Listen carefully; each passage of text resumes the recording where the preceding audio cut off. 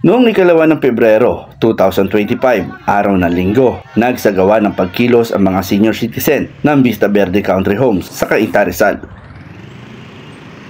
Ang kanilang dahilan ay nakatanggap ng liham, petisyon mula kay Attorney Esmeralda Amora Ladra, tagapayo para sa mga may-ari ng bahay, membro o petitioner ng Vista Verde Country Homes area.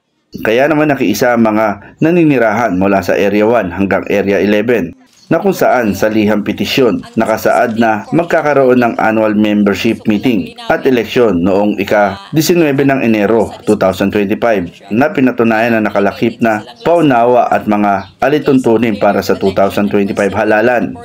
If ever lang mayroong failure of election, tatlong grounds lang po yan. Ang unang ground is walang kandidato na tumakbo for area directors or kung ano man ang position na ino-open natin.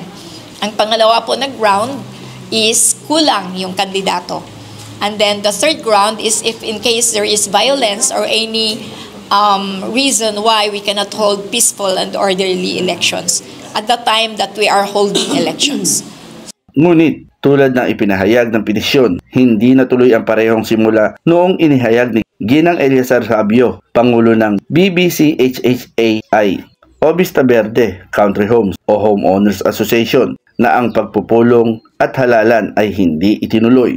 So implementing that rule, nakalagay kasi doon sa Section 95 na wala nang holdover. In case of failure of election, wala na rin. Kasi yan lagi ang ginagawa ng ating past board.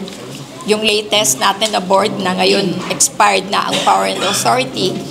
Lagi na lang po silang nagsasabi at naglalabas ng resolution pag failure of elections na in holdover capacity sila. Kaugnay sa inutos ng taas, ayon sa Section 95, ang IRR, ang regional office ay magtatalaga ng 5 miyembro.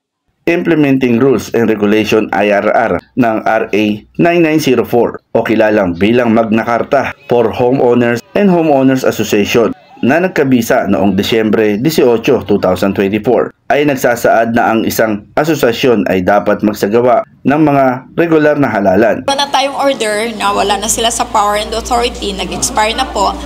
Implementing Section 95 of our revised implementing rules and regulations ng RA 9904. That's the Magna Carta for homeowners and homeowners associations. So, naglabas na po yung ating mahal na DSUD Region 4A under Director Jean Paul Ilaw na wala na po under Section 95, wala na silang power and authority. And the word used in the implementing rules is functus officio. Sa isinagawang vigil, ang mga senior citizen ng homeowners ng Vista Verde umikot sa buong areas na may tarpaulin ang mga sasakyan na nakasaad No More Holdover, The Rise of New BBCH at iba pa. Ayon naman sa Barangay Santo Domingo, Cainta, Rizal na nakasasakop sa Vista Verde Country Homes, ang kanilang nakikita ay ang hindi pagkakasundo ng miyembro at ng tagapangasiwa ng BBCH na halos 12 taon nang nakaupo bilang leader ng Homeowners Association ng Vista Verde. Aming nakikita naman dyan ay yung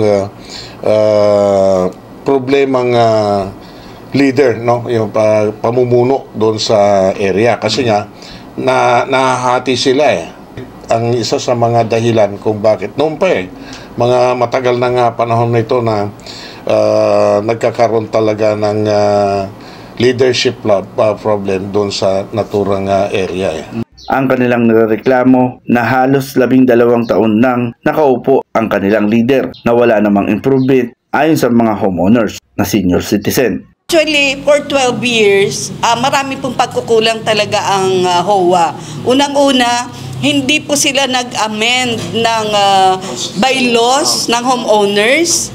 Then, hindi po sila naglalabas ng financial statement. Isa yan. Imagine for 12 years, hindi namin alam ang kaperahan. Dumating na yung... Gusto namin pagbabago talaga dito. Sa tagal na nila dito na walang improvement nga, dapat palitan. Ako, si Alfredo Patriarca, nagbabalita para sa Road News. Saan po galing to? Signed by Director Jean Ilaw. Directors of BBCHI can no longer serve in a holdover capacity pursuant to Section 95 of the mentioned IRR. The same shall apply. So, klaro po ito, napababa na po sila, kinu-quote yung Section 95 na functus officio na po yung ating mga past officials.